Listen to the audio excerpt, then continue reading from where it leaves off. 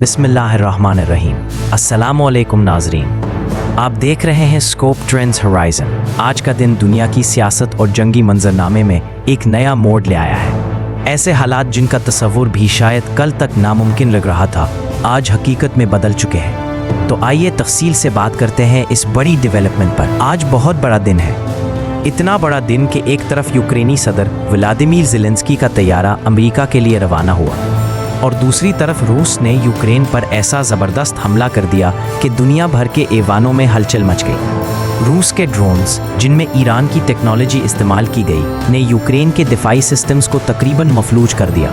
ये हमला इतना बड़ा था कि इसकी गूंज यूरोप से वाशिंगटन तक सुनाई दी। ज़ेलेंस्की के जहाज़ के उड़ान भरते ही मंजरनामा यकसर बदल गया।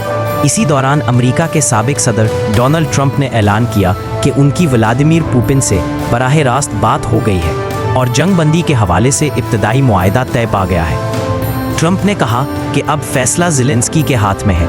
अगर यूक्रेन चाहता है कि लाखों जानें बच जाएं तो उसे रूस की शराइत माननी होंगी। क्रीमिया पर रूसी कब्जे को तस्लीम करना होगा। यूक्रेन को किसी सूरत नेटो का हिस्सा नहीं बनने दिया जाएगा। रूसी अफवाज जहां खड़ी हैं, वो इलाके रूस का हिस्सा रहेंगे।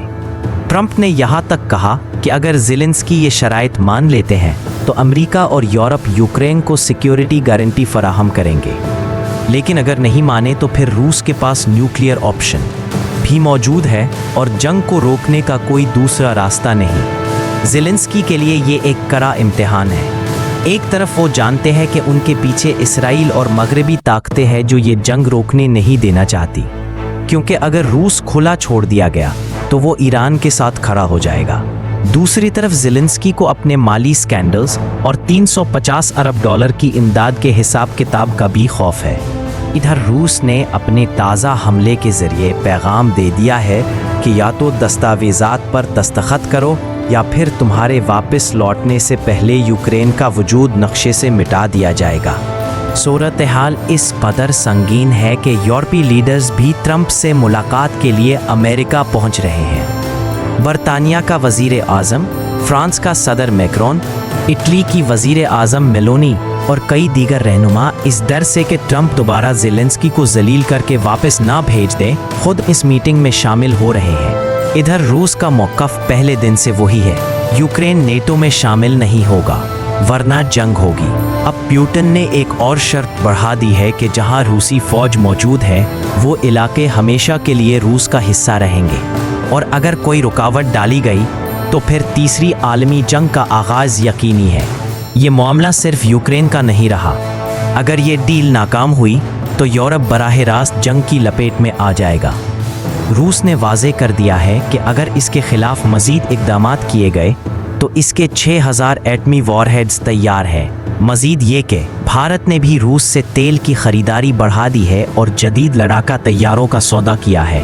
अगर अमेरिका और यूरोप ने दबाव बढ़ाया तो भारत भी रूस के कैंप में मज़ीद गहराई से शामिल हो सकता है। यानी एक तरफ ट्रंप चाहते हैं कि वो ये डील अपनी कामयाबी के तौर पर पेश करे और दूसरी तरफ पुतिन अपनी शराइत मनवाकर मैदान मारना चाहता है। लेकिन अगर ये डील फाइनल ना हुई तो दुनिया तीसरी और आखिरी जंग की दहलीज पर खड़ी है। रूस का मौक़िफ़ वाज़ेह है, हम किसी कीमत पर पीछे नहीं हटेंगे। अगर पुतिन को हटाने की साजिश भी की गई तो रूस के एटमी हथियार खुदकार निज़ाम के तहत लॉन्च हो जाएंगे और फिर ना अमेरिका बचेगा ना यूरोप।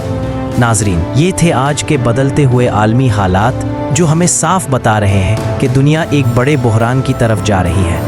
आपके ख्याल में क्या ज़ेलेंस्की रूस की शराइत मान लेगा या फिर दुनिया वाकई एक आलमी जंग की तरफ बढ़ रही है? अपनी राय कमेंट्स में ज़रूर दीजिएगा। वीडियो को लाइक और शेयर करना मत भूलिए, और अगर आप नए हैं तो चैनल को सब्सक्राइब करके बेल आइकन लाजमी दबाएं ताकि हर नई अपडेट आप तक बर वक्त पहुँच सके। ये था आज का अपडेट। अगली वीडियो तक के लिए इजाज़त दीजिए। अल्लाह नाजरीन का हामी और नासिर हो।